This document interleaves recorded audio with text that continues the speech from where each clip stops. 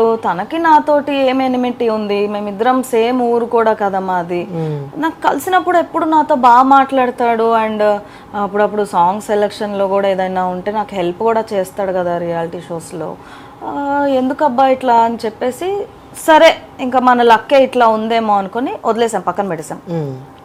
Cut చేస్తే కొన్నాళ్ళ తర్వాత ఒక షో వాళ్ళు ఈవెంట్ మేనేజర్ కాకుండా డైరెక్ట్ షో ఎవరైతే పెట్టుకుంటున్నారో వాళ్ళే నన్ను పిలిచారనమాట.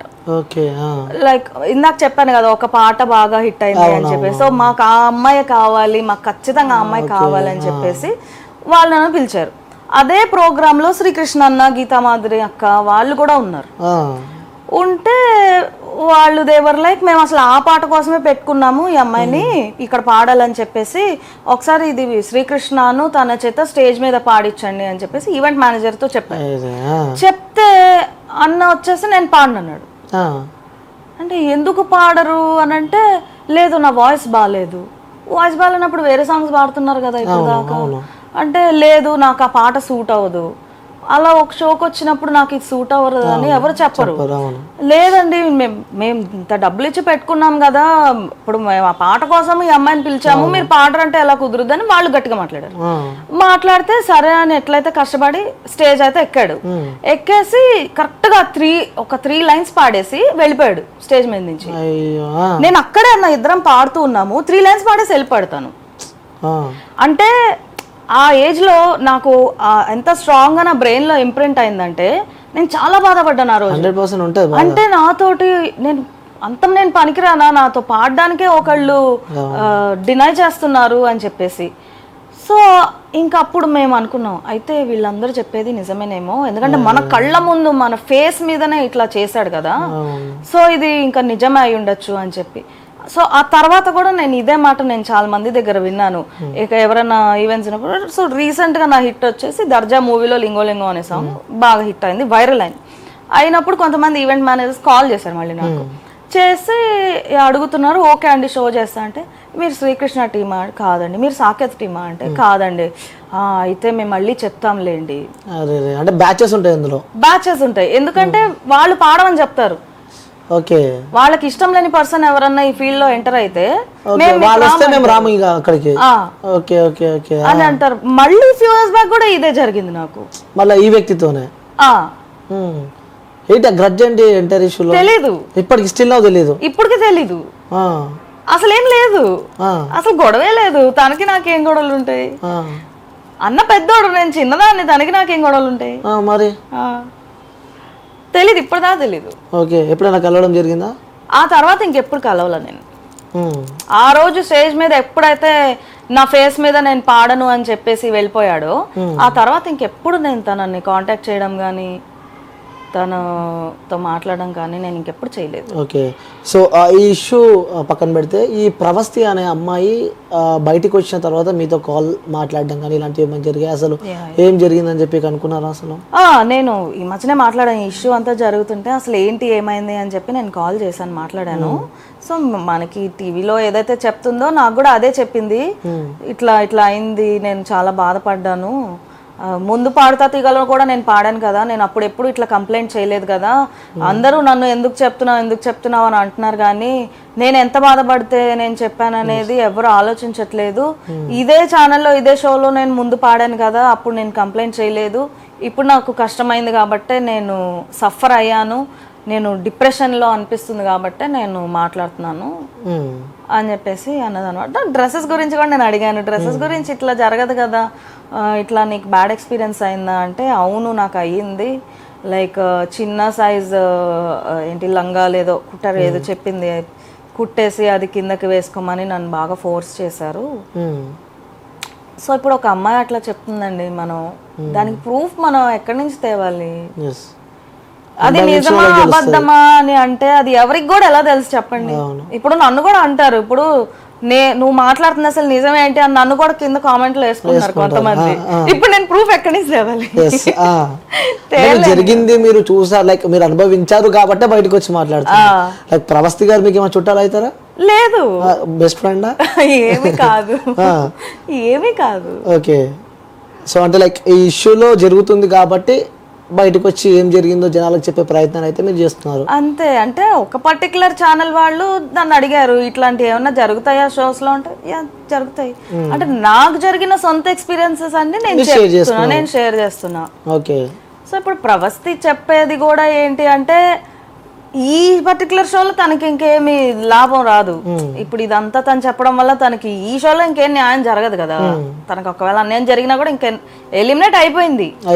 అక్కడ ఎలిమినేట్ అయిపోయిన తర్వాత కూడా వాళ్ళు ఏదో పార్టీ చేసుకున్నారని చెప్పి నేను విన్నాను. మరి అవునా? కొంతమంది అంటూ ఉన్నారు, సోషల్ మీడియాలో వైరల్ అవుతుంది. మరి అది వినలేదండి నేను, తెలియదు నాకు. Okay.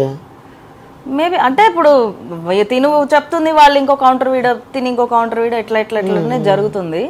Maybe face to face వస్తే వాళ్ళు ఏమన్నా సాల్వ్ అవుతుందేమో. అండ్ తిను వచ్చి చెప్పేది రైటా రాంగా అని అంటున్నారు కొంతమంది. రైటా రాంగా అంటే దానికి ఒక పర్టికులర్ ఆన్సర్ ఏమి ఉండదు కదా. బట్ మేబీ ఇంత గొడవ చేస్తున్నారు, ఇట్లా మనకి ఎందుకు వచ్చిందిలే అని చెప్పి ఫ్యూచర్ లో జరిగే రియాలిటీ షోస్ లో ఇట్లాంటి ఇష్యూస్ కాకుండా మేబీ కొంచెం జాగ్రత్త పడితే పడొచ్చు కదా. ఆ విధంగా అంటే ఈ తను బయట పెట్టడం వల్ల తనకి యూజ్ జరగకపోవచ్చు, బట్ వేరే వాళ్ళకి యూజ్ జరిగితే జరగదు. మీరు బయటకు వచ్చారు, సో మాట్లాడుతూ ఉన్నారు. నెక్స్ట్ మీపై కూడా ఏమన్నా మీ కెరియర్ కి కానీ ఇబ్బంది పడే అవకాశాలు ఉంటాయని చెప్పి ఎప్పుడు ఆలోచించలేదా? ఇప్పుడు చెప్పాను కదా నా కెరీర్ ని ఎంత ఇబ్బంది పెట్టారు.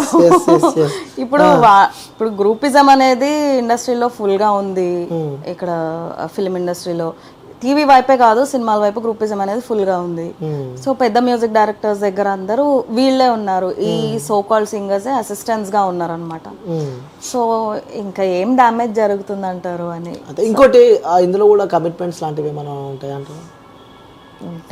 ఉంటాయి. అంటే మీరు ఎప్పుడన్నా మీతో మీ కొలీగ్స్ కానీ ఫ్రెండ్స్ నాతో అట్లా తప్పుగా మాట్లాడడం అయితే జరగలేదండి ఇప్పటిదాకా. బట్ ఇలా జరిగింది, వీళ్ళతో అలా జరిగింది విన్నా, నేను కూడా చాలా విన్నాను.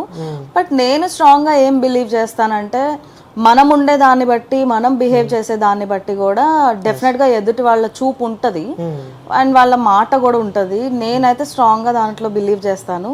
సో నాకు ఇట్లాంటి ఎక్స్పీరియన్సెస్ అయితే అసలు అవ్వలేదు. అవకాశాలు ఇస్తాము, పైకి తీసుకొస్తాము, పెద్ద మ్యూజిక్ డైరెక్టర్ కూడా మేము లైక్ సింగింగ్ ఒక పాట ఇస్తాము. జరుగుతుంటాయండి, ఎందుకు జరగవు? ప్రతి దగ్గర జరుగుతాయి కదా. ఎక్కడ జరగవు? సాఫ్ట్వేర్ కంపెనీస్ లో లేవా, లేకపోతే డాక్టర్స్ దగ్గర లేవా? ఇప్పుడు అసలు అంతా ఇప్పుడు ఎవరు పట్టించుకోవట్లేదు కూడా.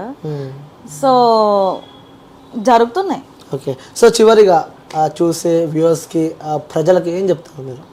లైక్ ఎందుకంటే ఇలాంటి ఇష్యూస్ బయటకు వచ్చినప్పుడు జనాలు భయపడుతూ ఉంటారు. లైక్ ఎవరైనా ఆ సింగర్ కావాలని చెప్పి అవకాశాలు ఉన్నా, సో అప్కమింగ్ ఇప్పుడు వచ్చే 18+ వాళ్ళు కానీ ఆ సింగర్ని చేద్దాము, నా కొడుకుని కూతురు అని చెప్పి ఎన్నో కళలు కన్న వాళ్ళు కూడా ఇలాంటి ఆరోపణలు బయటకు వస్తే వాళ్ళు భయపడుతూ ఉంటారు. లైక్ నా కూతురికి.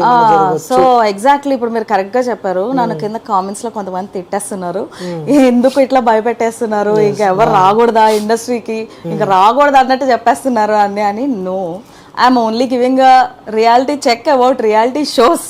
అన్నిటికీ ప్రిపేర్ అయ్యి రండి, అది నేను చెప్పేది. ఎగ్జాక్ట్లీ ఇప్పుడు మీరు క్యాచ్ చేశారు కరెక్ట్ గా. ఏంటి అంటే చాలా స్మూత్ గా ఉంటది అనుకొని రావద్దు, ఎందుకంటే బాధపడతారు. అండ్ నేను చెప్పేది ఏంటంటే మీరు రావద్దు, ఇంట్లో ఆగిపోండి, ఇక్కడ వేస్ట్, ఇక్కడ ఏం జరగదు, అది కాదు నేను చెప్పేది. ఏంటంటే ఇండస్ట్రీలో పైకి రావాలంటే అది అందరి వలన అయ్యేది కాదు, దానికి ఒక టైం అనేది ఉంటది. నేను ఇప్పుడు వచ్చి రేపు సక్సెస్ అయిపోవాలి అని అనుకుంటే కుదరదు. దానికి ఒక లాంగ్ ప్రాసెస్ ఉంటది, దానికి మనం మెంటలీ మనం ప్రిపేర్ అయి రావాలి. ఆ మైండ్ సెట్ తో మనం రాలేదనుకోండి, ఒకసారి ఓడిపోగానే వెళ్ళిపోతాం, ఇంకా డిసప్పాయింట్ అయిపోయి. సో అట్లా చేసుకోవడం వల్ల యూజ్ లేదు. వచ్చే వాళ్ళు రండి, హ్యాపీగా రండి, ప్రాబ్లం ఏం లేదు. అంటే ఇప్పుడు ఒకటి జరిగింది, దాన్ని మర్చిపోయి నెక్స్ట్ ఏంటి అలా ఆలోచించాలి. ఆ యాటిట్యూడ్ తో ఉండే వాళ్ళైతే రండి, నో ప్రాబ్లం. కొన్ని కూడా ఆ మనసుకు తీసుకొని ఏమన్నా జరిగే అవకాశాలు ఉంటాయి, లైక్ డీప్ గా తీసుకొని కూడా. ఇప్పుడు ఈ అమ్మాయి అట్లానే కదా, డీప్ గా తీసేసుకుంది, బాగా మనసులో బాగా తీసుకుంది. సో నేను డిప్రెషన్ లో ఉన్నాను అని అంటుంది. సో అంత లెవెల్ దాకా వెళ్ళే అంత సెన్సిటివ్ గా ఉన్న వాళ్ళు కొంచెం ధైర్యంగా మీ ధైర్యం పెంచుకొని రండి అంటున్నాను నేను. అంతే. Okay ma'am, thank you ma'am. మీరు బయటకు వచ్చి మాట్లాడుతున్నారు, ఎందుకంటే యాజ్ ఎ ఉమెన్ గా. ఒక కామెంట్ చూస్తే నాకు నవ్వు వచ్చింది. ఈమె బాగా పాడుతుంది కదా, ఈమె కావాలని ఇప్పుడు టీఆర్పీ కోసం చెప్తుంది, ఈమెకి గాడ్ ఫాదర్ ఉన్నారు ఇండస్ట్రీలో. అరే బాబు, నాకు గాడ్ ఫాదర్ ఉంటే నేనెందుకు అన్ని షోస్ లో ఎలిమినేట్ అవుతాను? నాకెందుకు ఇన్ని నష్టాలు జరుగుతాయి? అలాంటిది ఎవరు లేరు. అలాంటిది ఉంటే ఎప్పుడో వేరేలాగా ఉండేది కదా సిచ్యువేషన్. సపోర్ట్ సిస్టమ్ లేక సపోర్ట్ ఉంటే నేను ఎందుకు వేరే వాళ్ళు మిమ్మల్ని ముందే తీసేస్తామని నన్ను బెదిరించి ఎలిమినేట్ చేసే పరిస్థితి నాకెందుకు ఉంటది? నాకు గాడ్ ఫాదర్ అనేది ఉంటే. నేను గెలిచాను కొన్ని షోస్ లో, నేను గెలిచా. కొంతమంది అది కూడా అంటున్నారు, మీరు గెలిచారు కదా, ఈ అమ్మాయి గెలిచి కూడా ఇట్లా మాట్లాడుతుంది ఏంటి? అవును గెలిచాను, కానీ ఆ షోలో ఎన్ని జరిగినాయి వాళ్ళకి తెలుసా? తెలీదు కదా, మాకే తెలుస్తుంది అది. సో జరుగుతాయి, అవన్నీ జరుగుతాయి. నేను ఏం అబద్ధాలు చెప్పట్లేదు, నాకు జరిగింది మాత్రమే నేను చెప్తున్నాను. నేనేమి వ్యూస్ కోసం చెప్పట్లేదు, అలాంటిది ఏమీ లేదు. Okay, so as a singer కాబట్టి మీరు ఇంతమంత కాంట్రవర్షియల్ లైక్ మాట్లాడుకున్నాం కాబట్టి మా వ్యూయర్స్ కోసం ఒక సాంగ్ పాడతారా? Yeah, okay. కమ్మని ఈ ప్రేమ లేఖలే రాసింది హృదయమే, ప్రియతమా నీ వచట కుశలమానే నిచట కుశలమే,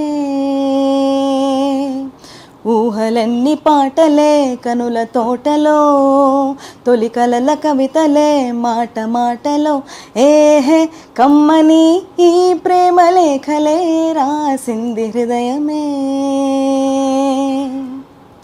ప్రియతమా నీ వచట కుశలమానే నిచట కుశలమే. రైట్ అండి, సూపర్, చాలా అద్భుతంగా వాడారు. సో నిజంగా అదే సాంగ్ వింటున్నట్టు ఫీల్ వచ్చింది. సో థ్యాంక్ యూ అండి, thank you so much. Thank you.